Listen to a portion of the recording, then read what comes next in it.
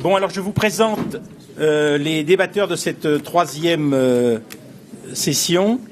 Alors, Jacqueline Cuche, qui est ici au bout, est présidente des Amitiés judéo-chrétiennes, présidente de l'association. Elle a été présidente de l'association œcuménique Charles Péguy. Voilà. Alexandre Vigne, qui est tout au bout à gauche, donc je commence par les bouts, président fondateur de CIEU. C'est le comité interreligieux pour une éthique universelle et contre la xénophobie. C'est un organisme de dialogue interreligieux en France et à l'étranger. Et il est l'auteur d'un livre qui s'appelle Dialogue interreligieux de proximité, une urgence pour la démocratie. Ensuite, Pierre Juston, qui est là, voilà. Pierre Juston, collectif de défense des minorités religieuses. Non. C'est président de Bible à Neuilly. Ah, pardon. Président de Bible à Neuilly, excusez-moi. Je croyais que vous étiez... Bon. Mais aussi. Vous êtes aussi le collectif de défense des minorités religieuses. Bon, et vous avez travaillé à propos des rapports avec les chrétiens d'Orient. Absolument. D'accord, on est bien d'accord. Bon, à côté de moi, Anne-Marie Revkolevski, qui est présidente du projet Aladdin. Vous savez que le projet Aladdin est un pont de la connaissance entre juifs et musulmans et qui s'attache à aller parler de la Shoah dans le monde musulman.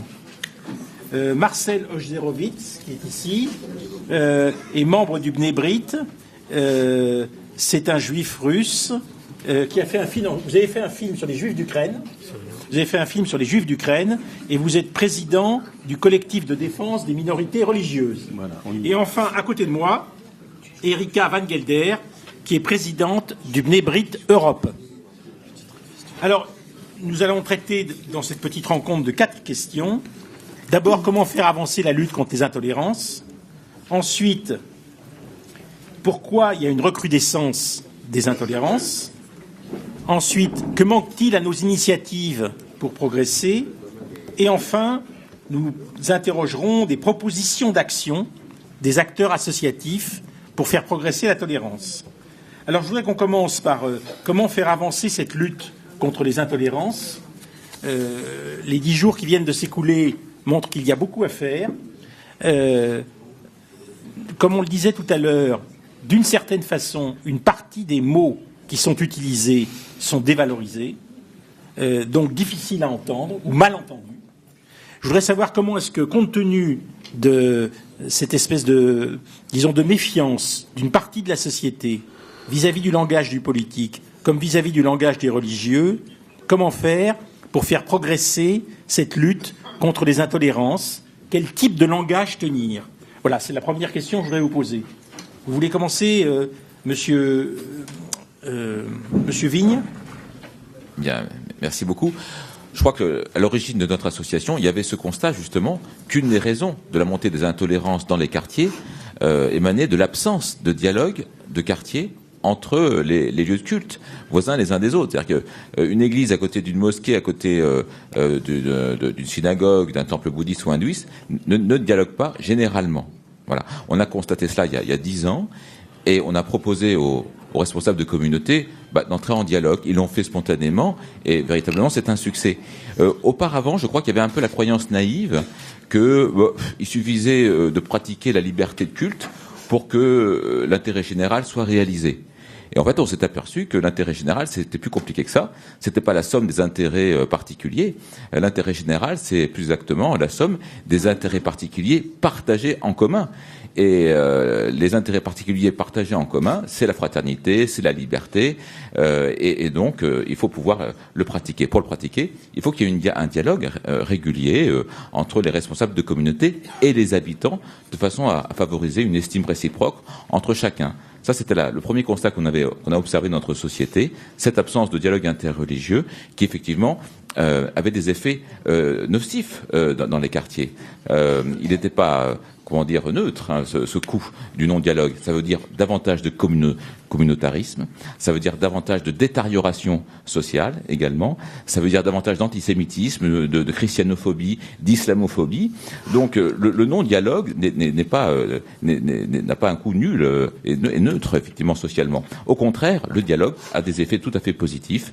Il permet au contraire à chacun de se respecter et puis d'assurer un tissu social qui soit favorable au vivre ensemble. Pour dire qu'effectivement, il faut pas avoir peur de lancer les dialogues interreligieux. C'est ce que nous faisons depuis 10 ans et exactement selon la formule que vous venez de décrire, madame, effectivement, en démocratisant le dialogue interreligieux. Nous avons souhaité que les simples fidèles puissent s'exprimer lors des rencontres, et nos rencontres sont très participatives en fait.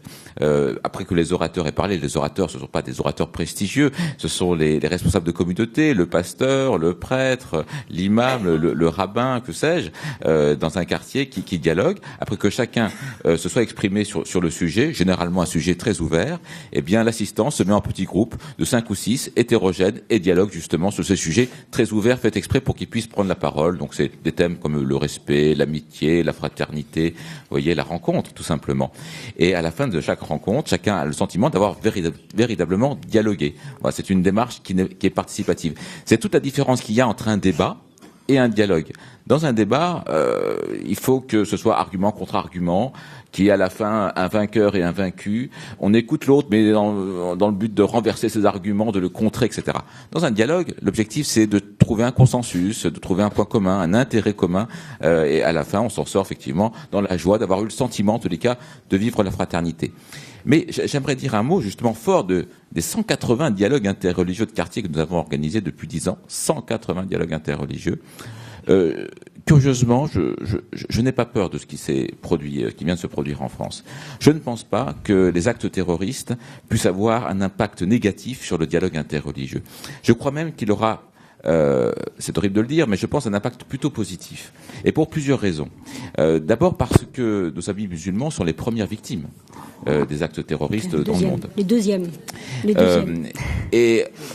Ensuite parce qu'ils veulent bien également condamner la christianophobie à l'œuvre actuellement au Proche-Orient. L'association CIeux a demandé à une toute petite mosquée de quartier du 12e arrondissement, elle fait pas plus de 40 mètres carrés, de faire un communiqué pour dénoncer effectivement le vidage tout simplement des chrétiens du Proche-Orient et notamment d'Irak.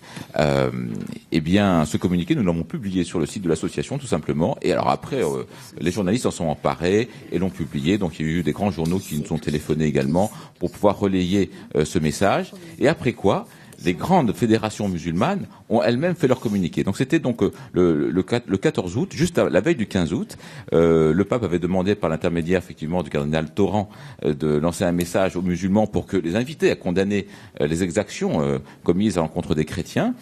C'était le 12 août. Le 13 août, l'association CIeux a demandé à une petite mosquée de quartier de le faire et ensuite les journaux s'en sont emparés et ensuite les fédérations musulmanes, les grandes mosquées de Paris, de Lyon, de Bordeaux, etc. ont fait de même. Vous voyez comme quoi le dialogue de quartier peut aboutir véritablement à un véritable dialogue. Et enfin, j'ai pas peur non plus d'une crispation avec nos amis musulmans parce que les études le montrent, ils sont quand même, qu'on le veuille ou non, les premiers concernés par le rejet, le sentiment de xénophobie en France. Ils en font l'expérience, voilà, plus que les chrétiens. Alors, pour différentes raisons, mais ils font l'expérience du rejet dans les banlieues notamment. Et une étude de l'Institut national d'études démographiques, qui date de juillet 2013, montre que pour autant, les jeunes musulmans ne sont pas refermés. À la fois, il y a un constat qui peut paraître un peu paradoxal. Les jeunes musulmans sont 12% seulement à rejeter leur religion, seulement 12%, alors que dans le même temps, cette étude montre que 31% des catholiques ayant au moins un des parents catholiques sont prêts à rejeter leur religion. Chez les musulmans, il n'y a que 12%.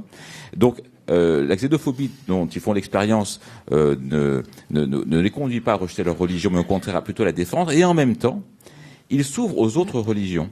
C'est le second constat que fait cette étude.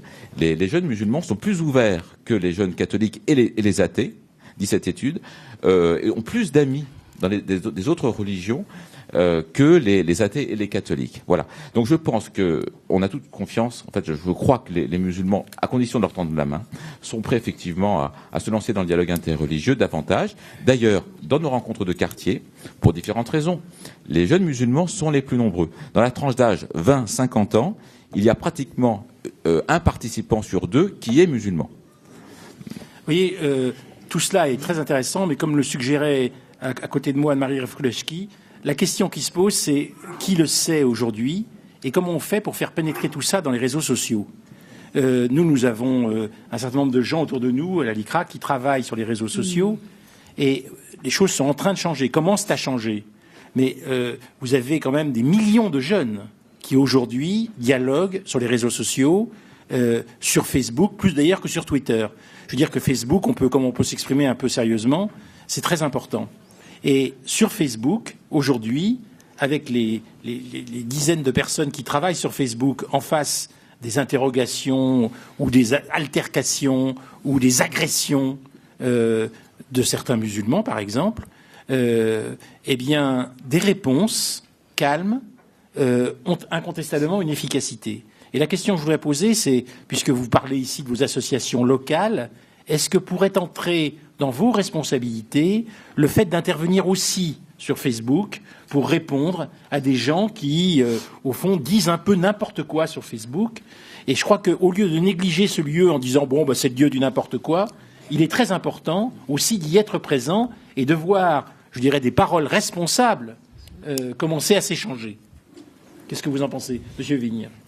Alors oui, mais je ne voudrais pas non plus faire de l'angélisme. Et je crois que malheureusement, ce qui se dit sur Internet a une telle force et une telle amplification que malheureusement, on aura du mal à vaincre les idées reçues, les croyances fausses, les idées pernicieuses. Enfin, il faut le faire, bien évidemment, mais ça prendra du temps. Alors, ce que je proposerais concrètement, c'est que, eh bien, pour lutter contre les idées fausses, les croyances pernicieuses, il y ait davantage de fraternité. Alors, pas seulement entre les communautés religieuses, comme essaie de le faire l'association Cieux et bien d'autres associations, mais également que dans les quartiers, dans les immeubles même, il puisse y avoir des ambassadeurs de la convivialité. Voilà.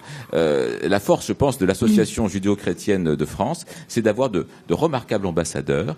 Eh bien, s'ils pouvaient, ces ambassadeurs frapper à la porte un peu plus de leurs voisins pour les inviter pour toutes sortes d'occasions. Un anniversaire, une fête, un retour de voyage, des photos à montrer, une sortie, une balade, enfin. Et puis, dans le cadre de cette rencontre, partager leurs idées, discuter de la xénophobie ambiante, de l'antisémitisme en général, de la christianophobie et toutes les autres formes de xénophobie. Je pense que ça pourrait petit à petit gagner effectivement et avoir un certain impact. Voilà, c'est simple, c'est modeste, mais je crois que sans faire d'angélisme, il faut se lancer dans ce vaste projet parce que aujourd'hui, comme il y a 50 ans, l'antisémitisme est toujours très très présent. Il y a 50 ans, même un peu plus, avant-guerre, il y avait une sorte d'antisémitisme mondain en France. Dans les campagnes, dans les provinces, l'antisémitisme était quand même présent. On se moquait un petit peu des Juifs en général. Ça faisait partie, mais pas méchamment. Quand vous parlez d'avant-guerre, vous savez, il suffit de prendre la collection de la Croix. Je crois que c'est un journal chrétien. Dans ce journal, je l'ai pris la collection, donc avant 44, avant la guerre. Quand on regarde la collection de la Croix, on voit quand même que c'est pas un antisémitisme mondain. Hein. C'est un antisémitisme raciste, violent. Oui, mais je crois que cet antisémitisme qui se veut pas forcément agressif existe quand même très présent en France, mais qu'il est descendu dans la rue, il est descendu dans les quartiers, qu'il est maintenant présent dans les banlieues, que les gens se rendent pas compte qu'ils sont eux-mêmes, sans le savoir, porteurs d'idées antisémites, qu'il est banalisé par des gens comme Dieudonné notamment, et donc les gens y adhèrent sans forcément se rendre compte à quel point effectivement ils deviennent eux-mêmes, sans le savoir, négationnistes ou antisémites. Il y a des questions dans la salle. Vous avez la parole.